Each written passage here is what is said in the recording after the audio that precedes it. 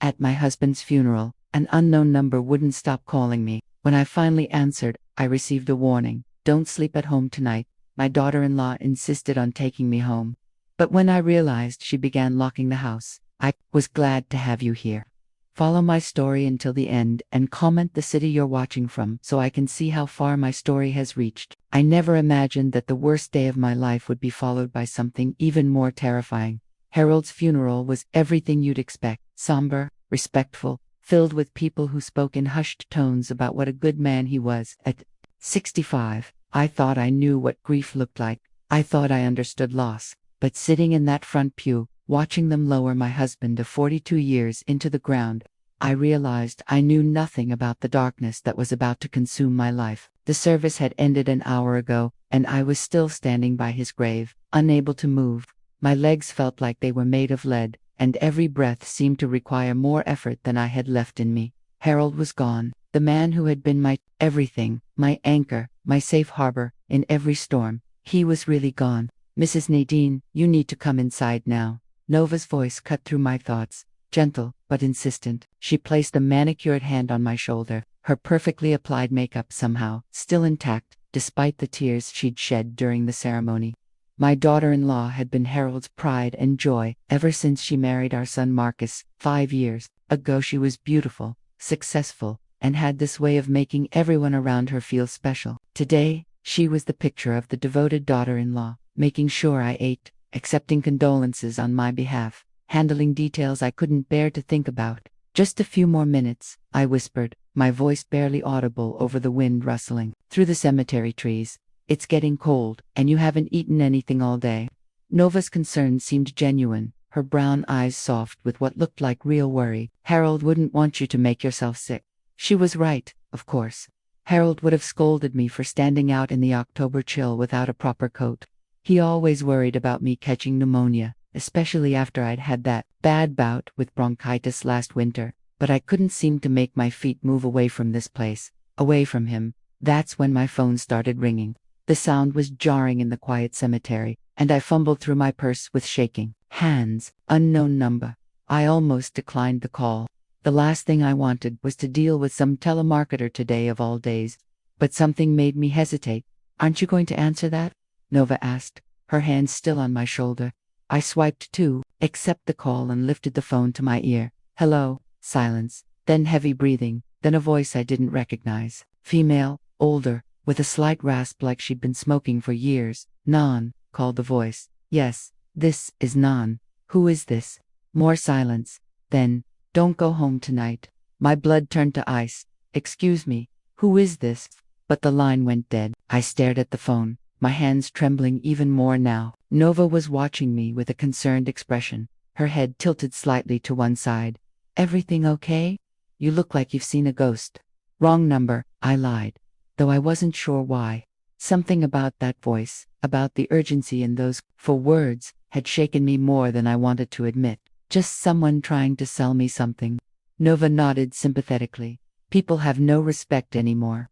Come on, let's get you home. As we walked toward the parking lot, my phone rang again, same unknown number. This time, I answered immediately. Who is this? What do you want? Listen to me carefully. The woman's voice was more urgent now. Nova is not who you think she is. Do not let her take you anywhere. Do not be alone with her. My heart was pounding so hard, I could feel it in my throat. I don't understand. Who are you? How do you know Nova? There's no time to explain everything now. Just remember what I'm telling you. Don't trust her. Don't go to her house. Don't let her stay at yours. She's been planning this for months. Planning what? You're scaring me. Good. You should be scared. She killed Harold. And you're next. The line went dead again. I stopped, walking so abruptly that Nova, who had been walking slightly ahead of me, turned around with a puzzled expression. Neon, what's wrong? You look like you're about to faint. I was. The world seemed to be tilting sideways, and I could feel the blood draining from my face. The woman's words echoed in my head. She killed Harold, and you're next. It was insane. Harold had died of a heart attack. The doctors had been very clear about that. He'd been having chest pains for weeks, despite my begging him to see a cardiologist. When it finally happened, it was sudden, but not unexpected. And Nova, sweet, caring Nova, who had been holding my hand through every doctor's appointment, every sleepless night when Harold was in pain. Nova, who had organized today's entire funeral because I was too destroyed to function, said the idea was ridiculous. "I'm just tired," I managed to say. "This day has been—" "I know." Nova's voice was full of compassion as she wrapped her arm around my waist, supporting my weight. "You don't need to explain. Let's get you somewhere warm and quiet." We reached her car, a sleek black BMW that always made me feel slightly uncomfortable. Too expensive, too flashy for someone who claimed to be struggling financially, like Nova always did. But Marcus made good money at his accounting firm, and Nova had her real estate business. Maybe I was just old-fashioned about money. As Nova helped me into the passenger seat, my phone buzzed with a text message, "Unknown number again." She drugged his coffee every morning for 3 weeks, made his heart weak. Check his pill organizer. She switched his heart medication with sugar pills. "You have maybe 6 hours before she does the same to you." I quickly deleted the message before Nova could see it, but my hands were shaking so badly I could barely hold the phone. This was crazy. Someone was playing a sick joke on me, taking advantage of my grief to torment me. But why? And how did they know about Harold's heart medication? How did they know Nova's name? "Ready?" Nova asked as she started the engine. The heating immediately kicked in, warming my frozen fingers. "Actually," I said, my voice stronger than I expected, "I think I want to go home to my own house." Nova's expression shifted almost imperceptibly. If I hadn't been watching her so carefully, I might have missed it. For just a second, her smile faltered and something cold flickered in her eyes. "Oh, honey, I don't think that's a good idea. You shouldn't be alone right now, especially not in that big empty house. Why don't you come stay with Marcus and me for a few days? I've already prepared the guest room." "That's very sweet, but I need to be around Harold's things. I need to feel close to him." "No." Nova's voice was still gentle, but there was a firmness underneath it now. "I really think you should reconsider. Grief can make people do unpredictable things. What if you fall down those stairs? What if you forget to turn off the stove? Marcus would never forgive me if something happened to you." The reasonable part of my brain knew she was right. The house did feel too big and empty without Harold. And I had been forgetting little things lately, like where I put my keys, or whether I'd taken my vitamins. But something about the way Nova was insisting, the way she seemed to have already decided where I was going to spend the night, made me uncomfortable. "I appreciate your concern, but I'm going home." Nova was quiet for a long moment, her hands gripping the steering wheel tighter than necessary. Finally, she sighed. "Okay, but I'm staying with you tonight." I won't take no for an answer on that. Before I could respond, my phone rang again. I glanced at the screen. Unknown number. My heart started racing again, but I couldn't answer it with Nova sitting right next to me. "Aren't you going to get that?" Nova asked, her voice carefully casual. "Probably another telemarketer. I'll let it go to voicemail." But as we drove to my house, I couldn't shake the feeling that I was making a terrible mistake. The moment we pulled into my driveway, I knew I'd made a mistake, not about coming home. Being here felt right, like Harold's presence was still somehow lingering in the familiar walls and windows. No, my mistake was letting Nova come with me. Something had shifted in her demeanor during the 20-minute drive from the cemetery. The concerned daughter-in-law act was still there, but underneath it was something harder, more calculating. "Why don't you go rest while I make us some tea?" Nova suggested as she helped me out of the car. Her grip on my arm was firmer than necessary, almost possessive. "I can make my own tea, Nova. I'm grieving, not helpless." She laughed, but it sounded forced. "Of course you can. I just thought you might want to put your feet up for a while. This has been such an exhausting day." That as we approached the front door, I noticed Nova was carrying an overnight bag. I hadn't seen her pack. When had she gotten that? Had it been in her car the whole time, like she'd been planning to stay over regardless of what I wanted? Inside, the house felt different. Everything looked the same. Harold's reading glasses still on the side table, his coffee mug still in the sink from the morning he died 3 days ago. But the air felt heavier somehow, charged with tension I couldn't quite identify. "You know what?" Nova said, setting her bag down in the hallway and immediately walking to the front door. "Let me just lock this up for the night. You can never be too careful these days." I watched her turn the deadbolt, then slide the chain lock into place. When had I gotten a chain lock? I didn't remember having one of those, but then again, my memory hadn't been reliable lately. The grief was affecting everything, making me question things I should know for certain. There, Nova said with satisfaction, nice and secure. She moved through the house with an odd familiarity, like she'd been planning this moment. In the kitchen, she opened cabinets I rarely used, pulling out a tea kettle I'd forgotten I owned and honey from a shelf I could barely reach. How did she know where everything was? Why don't you sit down, Neon? You look exhausted. I was exhausted, bone deep and soul weary, in a way I'd never experienced before. The kitchen chair felt like salvation as I sank into it, finally allowing my body to fully relax for the first time all day. That's when I noticed Nova watching me with an expression I couldn't quite read. It wasn't concern anymore. It was something closer to satisfaction. Nova, can I ask you something? Of course, honey. Anything. How did you know where I keep the honey? I barely remember buying it. She didn't miss a beat. Marcus mentioned it once. He said, you always keep honey in the cabinet above the microwave because Harold liked it in his coffee. That sounded reasonable. But something about her answer felt rehearsed, and Harold had been diabetic for 10 years. He hadn't used honey in anything during that entire time. My phone, which I'd set on the counter, buzzed with another text. Nova glanced at it, her eyes narrowing slightly. Popular today, aren't you? That's the 4th call since we left the cemetery. I picked up the phone before she could see the screen. The message was from the same unknown number. Look in Harold's pill organizer. Top shelf of bathroom medicine cabinet. Check the pills against the prescription labels. Do it now while she's distracted. My hands started shaking again. Either someone was playing an incredibly cruel prank on me or ... double quotes, everything okay? Nova asked, moving closer to me. Too close. Just someone from the funeral home. Details about the final bill. Oh, don't worry about that now. Marcus and I will handle all of that. You shouldn't have to think about money at a time like this. The tea kettle whistled and Nova turned away to pour the water. While her back was to me, I quickly read the rest of the text. She's been slowly poisoning him for weeks. Heart medication, replaced with lactose pills. Coffee laced with digitalis makes heart failure look natural. You're next.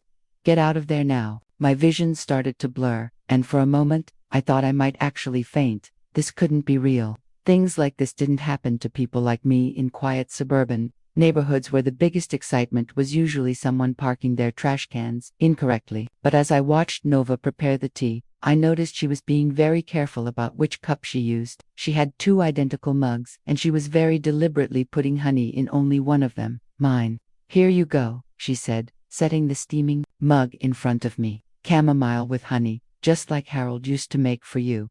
Harold had never made me tea with honey. He'd been diabetic. He would never have kept honey in the house, let alone used it in anything he served me. Thank you, I said, not picking up the mug. I think I need to use the bathroom first. Of course, take your time. I stood up slowly, hoping she couldn't see how badly my legs were shaking. The walk to the bathroom felt like it took forever, but I could feel Nova's eyes on me the entire time. In the bathroom, I closed the door and immediately went to the medicine cabinet. There, on the top shelf, was Harold's weekly pill organizer, the same blue plastic container he'd used for 5 years to keep track of his medications. With trembling fingers, I opened the compartment labeled with today's date. The pills inside looked wrong. Harold's heart medication was supposed to be small and white, with a distinctive scored line down the middle. These pills were white, too, but they were round and smooth. I pulled out one of Harold's prescription bottles to compare. The pills in the organizer were completely different from what was in the bottle. I opened the other compartments, checking each day of the week. Every single one contained the wrong pills. Someone had systematically replaced Harold's life-saving heart medication with what looked like ... I picked up one of the fake pills and examined it closely. It looked like lactose tablets, the kind you could buy at any pharmacy. My husband had been dying slowly for weeks, and I hadn't known. A soft knock on the bathroom door made me jump. Nanan, are you feeling all right in there? You've been gone for quite a while. I'm fine, I called back, though my voice sounded strangled. Just feeling a little dizzy. Why don't you come have your tea? It'll help settle your stomach. I quickly put the pill organizer back exactly as I'd found it and flushed the toilet to maintain the illusion that I'd been using the bathroom normally. When I opened the door, Nova was standing right outside, closer than she should have been. Better? She asked, her smile not quite reaching her eyes. Much better, thank you. Back in the kitchen, the tea was still steaming on the table. Nova had been waiting for me, her own cup untouched. Drink up, she said, settling into the chair across from me. You need to stay hydrated. I picked up the mug, brought it to my lips, and pretended to take a sip. The liquid was bitter underneath the honey, with a metallic taste that definitely wasn't chamomile. It's delicious, I lied, setting the mug back down. But maybe a little too hot still. Nova's expression flickered with something that might have been annoyance, but she quickly covered it with another smile. Of course, let it cool down a bit. She stood up and walked to the kitchen window, looking out at the darkening sky. That's when I noticed something else that made my blood run cold. Nova was wearing gloves, thin, flesh-colored latex gloves that I hadn't noticed before because they matched her skin tone so perfectly. Why would someone wear gloves to make tea? Unless they didn't want to leave fingerprints. My phone buzzed again, and this time Nova moved quickly to intercept it, but I was faster, grabbing it before she could reach it. Sarah, Nova asked, reading the name on the screen. Who's Sarah? I didn't know anyone named Sarah. The unknown number had apparently saved itself in my contacts under that name. An old friend, I said, declining the call. I'll talk to her tomorrow. But Nova's entire demeanor had changed. The mask of concern had slipped, and what I saw underneath made my mouth go dry with fear. Her eyes were cold, calculating, and completely devoid of the warmth she'd been showing me all day. Nan, she said slowly. I think you should drink your tea now. It wasn't a suggestion anymore. It was a command. And that's when I noticed she had moved between me and the only exit from the kitchen. I'm not really thirsty anymore, I said, pushing the mug away from me slightly. My voice sounded steadier than I felt, which was a small miracle considering my heart was hammering against my ribs like a caged bird. Nova's smile was razor-thin now, all pretense of warmth gone. But you need to stay hydrated, now and especially after such a stressful day. Harold would want you to take care of yourself. The way she said Harold's name made my skin crawl. There was possession in it. Ownership, like she had some claim to my husband's memory that superseded my own. How long have you been planning this? The question came out before I could stop myself. Nova tilted her head, feigning confusion, but I could see the calculation behind her eyes. Planning what, honey? I'm just trying to take care of you. The pills, Harold's medication. How long have you been replacing them?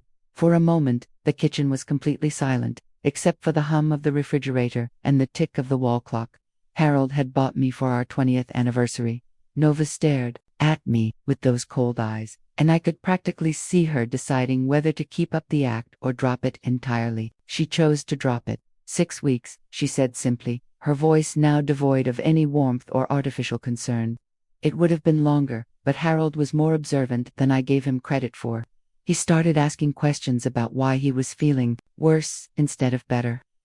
The casual way she admitted it hit me like a physical blow. 6 weeks. My husband had been suffering for 6 weeks, his body slowly failing as his heart medication was systematically replaced with useless pills, and I had attributed his decline to stress and age. Why? The word came out as barely a whisper.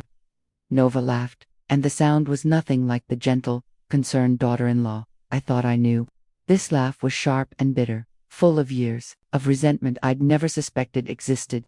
Why do you think, Nahan? Money? It's always about money, isn't it? Do you have any idea what it's like to watch you and Harold live in this beautiful house, taking vacations, buying whatever you want, while Marcus and I struggle to pay our rent? But Marcus has a good job, and your real estate business, my real estate business, is failing, has been for 2 years, and Marcus's good job barely covers our basic expenses, let alone the lifestyle I deserve. Nova moved closer to me, and I instinctively pressed back in my chair.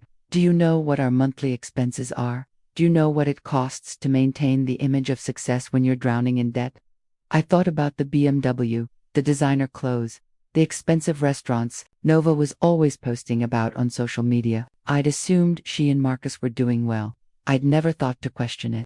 So, you decided to kill my husband for an inheritance that isn't even yours. Oh, but it will be. You see, Harold was very generous with his life insurance policy updates. After Marcus and I got married, he made sure I was listed as a secondary beneficiary on everything. And once you're gone, she shrugged as if she were discussing the weather.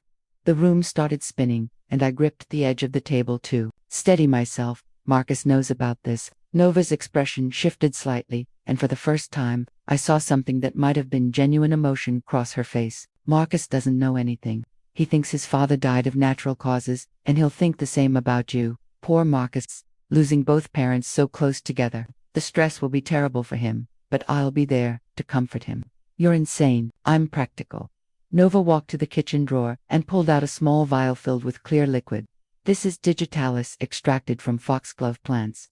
In small doses over time, it mimics the symptoms of heart failure. Harold's doctor never suspected anything because his medical history supported the diagnosis. I watched in horror as she approached my teacup with the vial. The beauty of it is that it's virtually undetectable in standard postmortem tests, especially when the victim already has a history of heart problems, which you do, don't you, Nan? Those irregular heartbeats you mentioned to the doctor last month, she was right. I'd been having palpitations for weeks, which I'd attributed to stress from watching Harold's health decline.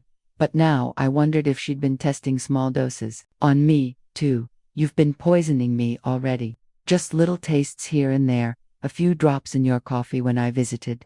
Some in that casserole I brought over last week. I needed to establish a pattern, create a medical history that would support your inevitable heart failure. My phone, which was still on the table between us, suddenly rang. Nova glanced at it, and her face darkened when she saw Sarah on the caller ID again. Who is Sarah? Nah, and don't lie to me this time. I honestly don't know. She's been calling all day, warning me about you. Nova's face went white. Actually, white, like all the blood had drained from her features at once. What did she tell you? That you killed Harold, that I was next, that you'd been planning this for months. Describe her voice. Older, raspy, like she'd been smoking for years. I watched Nova's reaction carefully. You know who it is, don't you? Nova was quiet for a long moment, staring at the phone like it was a venomous snake. When she finally spoke, her voice was barely audible. It can't be her. She's supposed to be in Florida. Who? Nova. Who's supposed to be in Florida? Instead of answering, Nova grabbed my phone and answered the call. Putting it on speaker. Hello, Nova. The voice was exactly as I remembered it. Older, raspy, with an edge of steel underneath. Sarah. Nova's voice was tight with barely controlled panic. What do you want?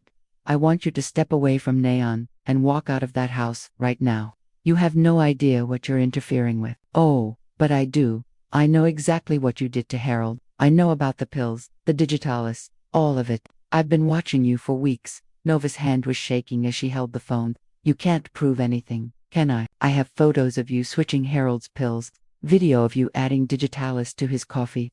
And I have a very detailed recording of the conversation you just had with Neon, where you confessed to everything. My heart skipped a beat.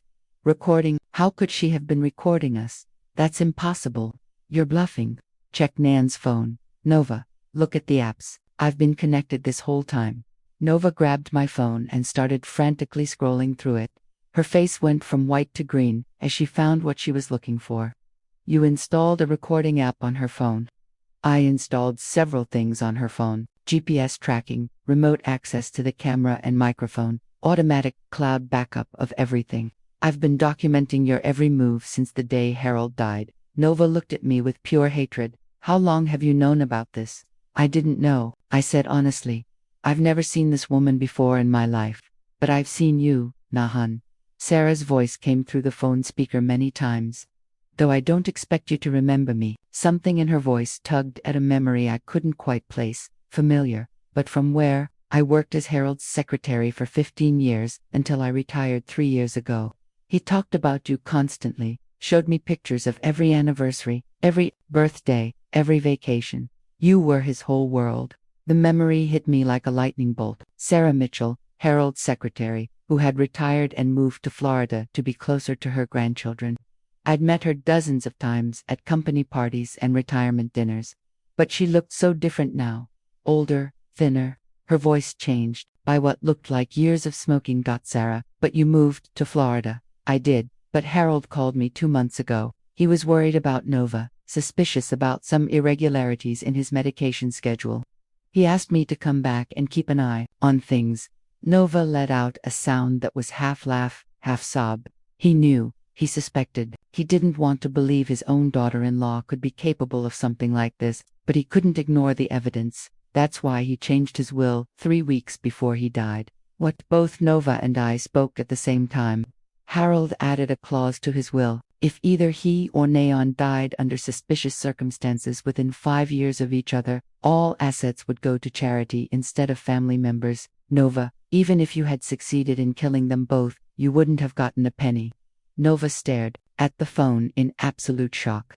All of this, the months of planning, the slow murder of my husband, the attempt on my life, all of it had been for nothing. And that's when she completely snapped. The sound that came out of Nova's throat was barely human.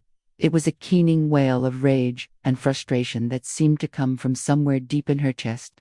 She grabbed a tea mug with the poisoned tea and hurled it against the kitchen wall, where it shattered into dozens of pieces, leaving a brown stain across the white paint.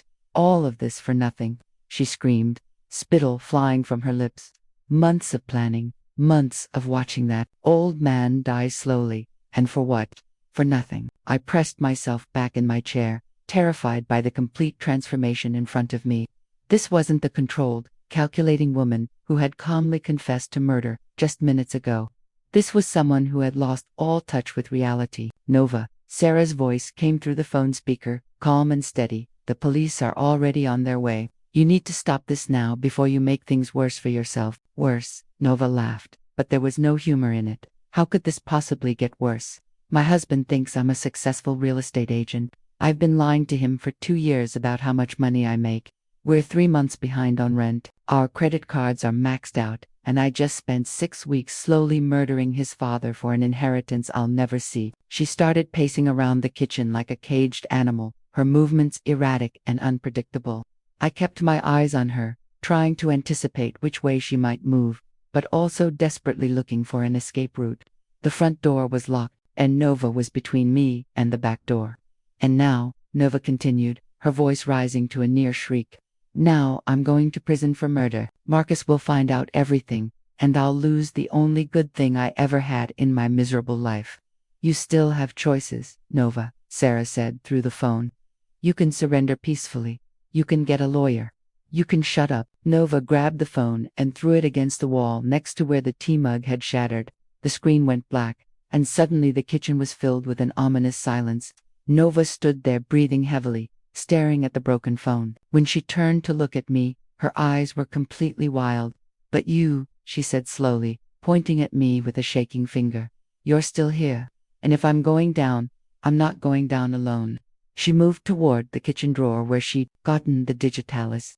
But this time, she pulled out something that made my blood freeze. A large carving knife. The one Harold used to slice the turkey every Thanksgiving. Nova, please think about Marcus. Think about what this will do to him. Marcus will get over it. He'll grieve for his father and his stepmother. And then he'll move on and find someone who actually deserves him. Someone who isn't a lying, manipulative failure. The knife gleamed under the kitchen lights as she took a step closer to me. I could see dried tea leaves and fragments of ceramic from the broken mug scattered across the floor around my feet. But if you kill me, they'll know it wasn't natural causes. Sarah has recordings of everything. The police will know you murdered me. I don't care anymore. At least this way, Harold's precious wife doesn't get to live happily ever after while I rot in prison. She raised the knife, and I knew I had seconds to act. My eyes fell on the shattered remains of the tea mug near my feet. Without thinking, I grabbed the largest piece I could reach and hurled it at Nova's face. It struck her just above the left eye, opening a gash that immediately began bleeding. Nova screamed and stumbled backward, the knife clattering to the floor as she pressed her hands to her face. I didn't wait to see how badly I'd hurt her. I lunged for the back door, my arthritic fingers fumbling with the deadbolt. Behind me, I could hear Nova cursing and scrambling around on the floor, probably looking for the knife. The lock finally turned, and I yanked the door open, bursting out into the cold October night. My bare feet hit the wooden deck, and I realized I'd left my shoes inside, but there was no time to go back for them. You, Nova's voice followed me into the darkness. You're not getting away from me. I ran toward my neighbor's house, my feet already numb from the cold concrete of the driveway. The Hendersons were an older couple who went to bed early, but their porch light was still on. I pounded on their front door with both fists. Help me, please. Someone's trying to kill me. Behind me, I heard Nova's footsteps on the driveway. She was following me, and she still had the knife. The porch light at the Henderson house came on, and I heard the sound of multiple locks being undone. Mr. Henderson opened the door just wide enough to peek out, his gray hair disheveled, and his eyes wide with alarm. "Nan, what on earth?" "Call 911, I gasped, pushing past him into the safety of his living room. "Nova's trying to kill me. She murdered Harold." Mrs. Henderson appeared in her bathrobe, already reaching for the phone. "What's going on?" "We heard screaming. She poisoned my husband, and now she's trying to kill me, too. Please, just call the police." Mr. Henderson locked the door behind me and peered out through the window blinds. "There's someone in your yard, Nayon. She's got something in her hand."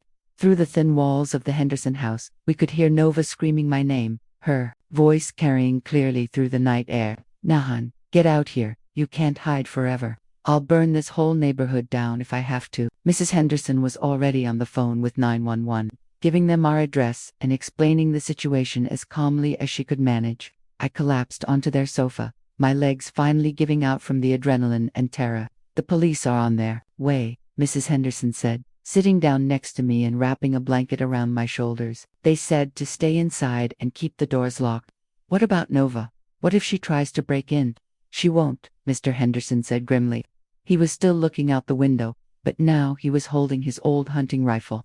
"I've got eyes on her. She's standing in your driveway, but she hasn't moved toward our house." We sat in tense silence for what felt like hours, but was probably only minutes. Nova had stopped screaming, which somehow made everything more frightening. What was she planning now? Finally, we heard the wail of sirens approaching. Red and blue lights began flashing through the Hendersons' front windows, painting the walls in alternating colors. "They're here," Mrs. Henderson said, squeezing my hand. Through the window, we watched as 2 police cars pulled into my driveway. Nova was still standing there, but she'd dropped the knife and was just standing motionless in the middle of the driveway, like she was in a trance. The police officers approached her carefully, their hands on their weapons, but not drawn. One of them was speaking to her, though we couldn't hear what he was saying from inside the Henderson house. Nova didn't resist when they put the handcuffs on her. She just stood there like a broken doll, staring at the ground. "Ma'am," there was a knock on the Hendersons' door. "This is Officer Martinez with the city police." "We understand Mrs. Caldwell is inside." Mr. Henderson opened the door and I found myself face to face with a young Hispanic officer who looked barely old enough to be out of high school. "Mrs. Caldwell, I'm Officer Martinez. We have the suspect in custody, but we need to get your statement about what happened here tonight." I looked back at my house where more police cars were arriving and crime scene tape was already being strung up around the yard. Tomorrow, this would all be over. Nova would be in jail. The truth about Harold's death would come out, and I would finally be safe. But tonight, sitting in my neighbor's living room wrapped in a borrowed blanket, I realized that even though I'd survived, nothing would ever be the same again. The police station waiting room smelled like stale coffee and industrial disinfectant. I'd been sitting in the same uncomfortable plastic chair for 3 hours, giving statement after statement to detective after detective. My feet were bandaged from running barefoot across the driveway, and I was wearing a donated sweater from the police station's Lost and Found because my clothes had been taken as evidence. Detective Sarah Chen, not to be confused with the Sarah who had saved my life, sat across from me with a thick folder of papers and a digital recorder. She was a small woman with kind eyes, but there was steel underneath her gentle demeanor. "I know this is difficult, Mrs. Caldwell, but we need to go through Harold's timeline one more time. When did you first notice changes in his condition?" I closed my eyes, trying to remember. The past 6 weeks felt like a blur of doctor's appointments and sleepless nights. Maybe early September, he started complaining about feeling more tired than usual. His doctor increased his medication dosage, but he seemed to get worse instead of better. And Nova was present during these medical appointments.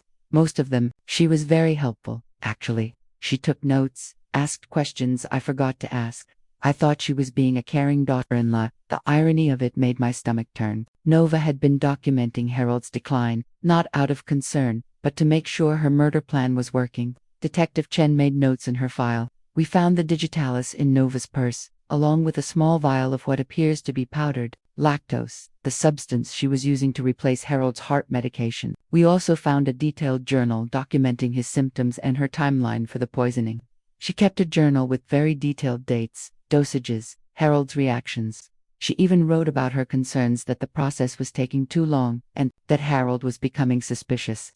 The thought of Nova sitting somewhere, calmly writing about my husband's suffering like it was a science experiment made me feel physically sick. "There's something else," Detective Chen said gently. "We need to tell you about Sarah Mitchell." My heart skipped. Is she all right? I owe her my life. She's fine, but her story is complicated. The detective opened another folder.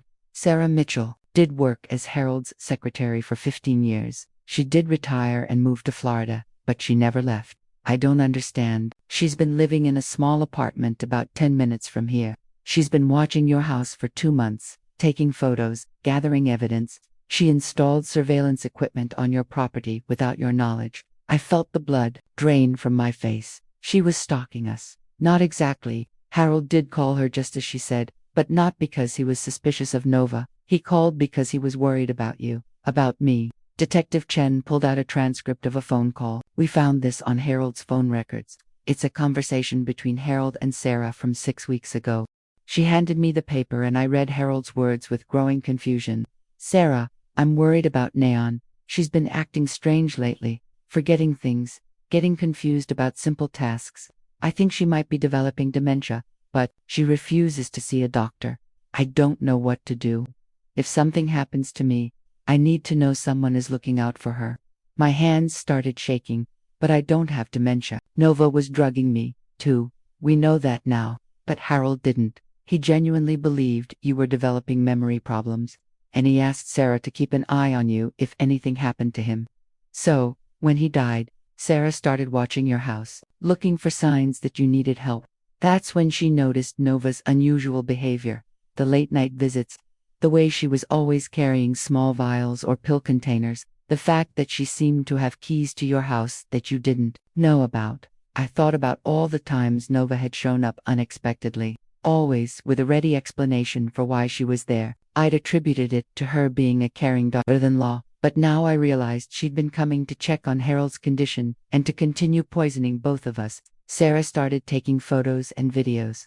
When she saw Nova switching Harold's pills, she knew she had to act, but she needed solid evidence before she could go to the police. Why didn't she just call me directly? Why all the mysterious phone calls? She was afraid Nova was monitoring your communications. She knew Nova had access to your house and could easily have installed listening devices or tracking software on your phone. She was trying to warn you without tipping Nova off that she was being watched. It was all starting to make sense, but it also made me realize how close I'd come to death. If Sarah hadn't been watching, if she hadn't gathered evidence, if she hadn't called me when she did, I would be dead right now. What happens to Nova now?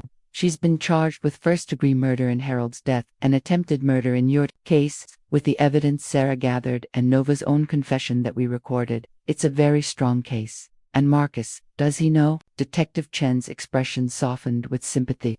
We called him about an hour ago. He's driving down from Sacramento. He had no idea about any of this. Mrs. Caldwell, as far as he knew, his father died of natural causes, and his wife was a successful real estate agent. I couldn't imagine what Marcus was going through. Finding out that your father was murdered would be devastating enough. But learning that your own wife was the killer, that she had been lying to you about everything for years. He's asked to see you when you're ready. He wants to apologize for what Nova did, that it's not his fault. No, but he feels responsible. He said there were signs he should have noticed. Nova's behavior with money, her obsession with your family's finances, the way she always seemed to know more about Harold's medical condition than she should have. A new thought occurred to me. Detective, what about Harold's will? Nova said he had changed it. That part was true. Harold did add a suspicious death clause 3 weeks before he died. If either you or he died under questionable circumstances within 5 years of each other, the inheritance would go to charity instead of family members. But there's more. She pulled out another document. Harold also created a separate trust for you, completely independent of the will. Even if the suspicious death clause had been triggered, you would still have been financially secure. Fresh tears started rolling down my cheeks. Even when Harold thought I was losing my mind, even when he was afraid I couldn't take care of myself, he had been making sure I would be protected. He really loved you, Detective Chen said quietly. I know. I just wish I had realized sooner what was happening to him. Mrs. Caldwell, there's no way you could have known. Nova's plan was very sophisticated. She researched digitalis poisoning for months before she started. She knew exactly how to make it look like natural heart failure. How did she get the digitalis? She grew foxglove plants in her garden. Digitalis is extracted from foxglove, and it's actually not that difficult to do if you know what you're looking for. She had been planning this for almost a year. The scope of Nova's deception was staggering. While I had been worrying about Harold's health and trying to be a supportive wife, she had been plotting his murder with cold, calculated precision. What happens now? Nova will likely take a plea deal to avoid the death penalty. She'll spend the rest of her life in prison. You're free to go home whenever you're ready, though we recommend having the house thoroughly cleaned and checked for any other surveillance equipment or hidden dangers. Home. The word felt strange now. How could I ever feel safe in that house, again, knowing what had happened there, knowing that Nova had been poisoning Harold in our own kitchen, switching his pills in our own bathroom? Mrs. Caldwell, there's someone here to see you. I looked up to see Marcus standing in the doorway of the interview room. He looked like he'd aged 10 years in the past few hours. His usually neat hair was disheveled, his eyes were red from crying, and his clothes looked like he'd thrown them on without looking. Neon, he said, his voice breaking. I'm so sorry. I'm so sorry. He crossed the room and wrapped me in a hug that felt like a lifeline. For the first time since this nightmare began, I felt truly safe. It's not your fault, Marcus. You couldn't have known, but I should have seen the signs. I should have protected you and Dad. We held each other and cried for Harold, for the life that Nova had stolen from him, and for the trust that had been shattered forever. But underneath the grief, I felt something else beginning to take root. Relief. For the first time in months, I could breathe freely. The constant anxiety I'd been feeling, the sense that something was wrong but not knowing what. It was all finally explained. I was going to survive this. Harold was gone, and nothing would ever bring him back. But I was alive, and I was going to make sure his memory was honored. Nova had taken his life, but she hadn't won. 6 months later, I stood in the kitchen of my new apartment, making coffee, in the quiet morning light. The view from my window showed a small garden courtyard instead of the sprawling backyard Harold and I had tended together for so many years. Everything was smaller here, simpler, but it felt safe in a way my old house never could again. I'd sold the house 3 months after Nova's arrest. Marcus had helped me sort through everything, deciding what to keep and what to let go. We'd found more evidence of Nova's deception hidden throughout the house, spare vials of digitalis taped under the kitchen sink, extra lactose pills hidden in my jewelry box, even a spare key she'd had made and hidden in the garage. The sale had gone quickly. I'd used some of the money to buy this little apartment in a senior living community about 20 minutes away from Marcus. It wasn't assisted living. I was perfectly capable of taking care of myself, but it had security, a community center, and neighbors who looked out for each other. My phone rang, interrupting my peaceful morning routine. Marcus's name appeared on the screen. Good morning, sweetheart. Morning, Neon. How are you feeling today?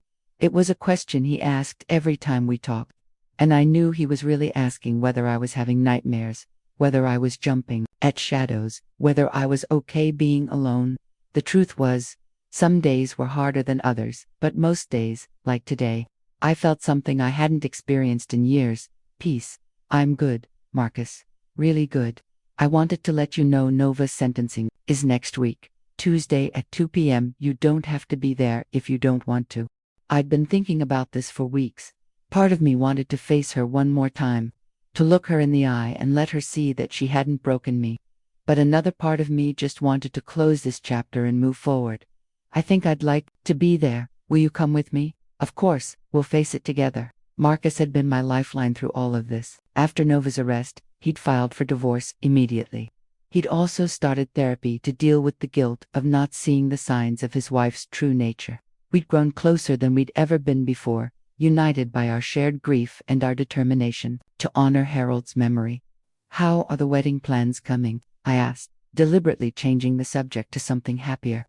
Marcus was engaged to Jennifer, a kindergarten teacher he'd met at a grief support group. She was everything Nova wasn't: honest, kind, genuinely caring. She made Marcus smile again, which was all I'd ever wanted for him. Good.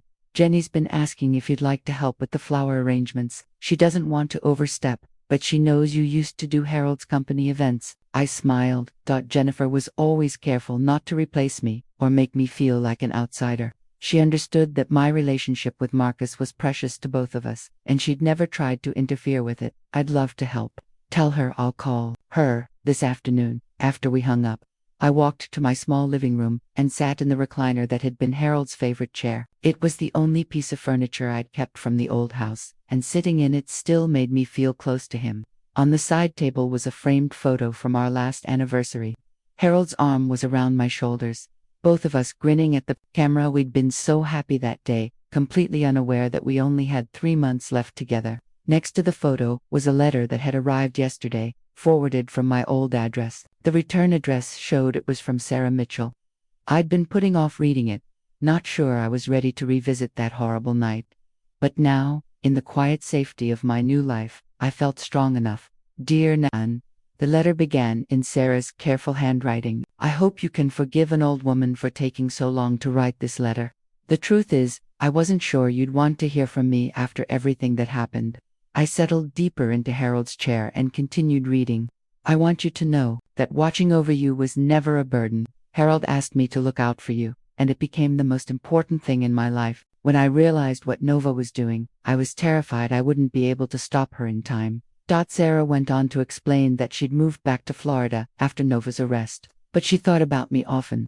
She'd enclosed newspaper clippings about Nova's trial and sentencing, along with copies of all the photos and videos she'd taken during her surveillance. I thought you might want these for your own records, she wrote. Sometimes having proof of what really happened can help with the healing process. At the bottom of the letter was a phone number and an invitation to visit her in Florida anytime I wanted. Harold talked about you so much over the years that I feel like I know you. She wrote, I'd love the chance to share some of those stories with you, if you're interested. I folded the letter carefully and set it back on the table. Maybe someday I would take Sarah up on her offer. It might be healing to hear Harold's voice through someone else's memories. My doorbell rang, and I looked through the peephole to see Mrs. Chen from down the hall. She was holding a covered dish and wearing the kind of determined expression that meant she wasn't taking no for an answer. Nan, dear, I made too much casserole again. You simply must help me eat it. Mrs. Chen was 83 years old and had appointed herself as my unofficial grandmother. She'd lived through the Japanese internment camps during World War II, lost her husband to cancer, and raised 4 children on her own. She had no patience for self-pity or dwelling on the past. Come in, Mrs. Chen. I'll put on some tea. She bustled into my kitchen and started serving the casserole before I could protest. You're looking better today, less sad around the eyes. It was true. The constant weight of grief and fear that I'd carried for so long was finally beginning to lift. I would always miss Harold, but I was learning to live with the loss instead of being crushed by it. I've been thinking about taking a trip, I said as we sat down to eat. Maybe visiting some places Harold and I always talked about seeing. Mrs. Chen's eyes lit up. Where were you thinking? Ireland. Harold's grandmother was from County Cork, and he always wanted to trace his family history there. Then you should go. Life is for the living, Nan. Harold would want you to see the world, not sit in this apartment feeling sorry for yourself. She was right, of course. Harold had always been the one who encouraged me to be adventurous, to try new things. Before Nova's deception had consumed our lives, we'd been planning a trip to Europe for our 45th anniversary. That evening, I opened my laptop and started researching flights to Dublin. It felt strange at first, planning a vacation alone, but as I looked at photos of green hills and ancient castles, I felt excitement building for the first time in months. I was 65 years old. I had survived a murder attempt, exposed my husband's killer, and found the strength to rebuild my life from scratch. I wasn't the same woman who had sat in that cemetery 6 months ago, paralyzed by grief and confusion. That woman had been trusting to a fault, dependent on others to make decisions for her, willing to accept things that didn't seem quite right rather than rock the boat. This woman was different. This woman asked questions, trusted her instincts, and refused to be anyone's victim. As I clicked purchase on the airline ticket, I felt Harold's presence in the room with me, not in a ghostly or supernatural way, but in the echo of his voice, encouraging me to be brave, to live fully, to find joy even in the midst of sorrow. Nova was serving life in prison without the possibility of parole. She would spend the rest of her days paying for what she'd done to Harold and what she'd tried to do to me. But I was free. Free to travel, to make new friends, to rebuild my life however I wanted. Free to honor Harold's memory by living the kind of full, adventurous life he would have wanted for me. The phone calls from that mysterious number had saved my life. But they'd given me something even more valuable than that. They'd given me back my strength. Tomorrow, I would call Marcus and tell him about my travel plans. I would call Jennifer and help plan her flowers. I would call Mrs. Chen and ask if she wanted to come to Ireland with me. But tonight, I sat in Harold's chair and felt truly peaceful, for the first time since the day he died. Nova had taken many things from me, my husband, my sense of safety, my ability to trust easily, but she hadn't taken everything. She hadn't taken my spirit, and that was something she would never ever touch again. Now, I'm curious about you who listened to my story. What would you do if you were in my place? Have you ever been through something similar? Comment below. Thank you for watching until here.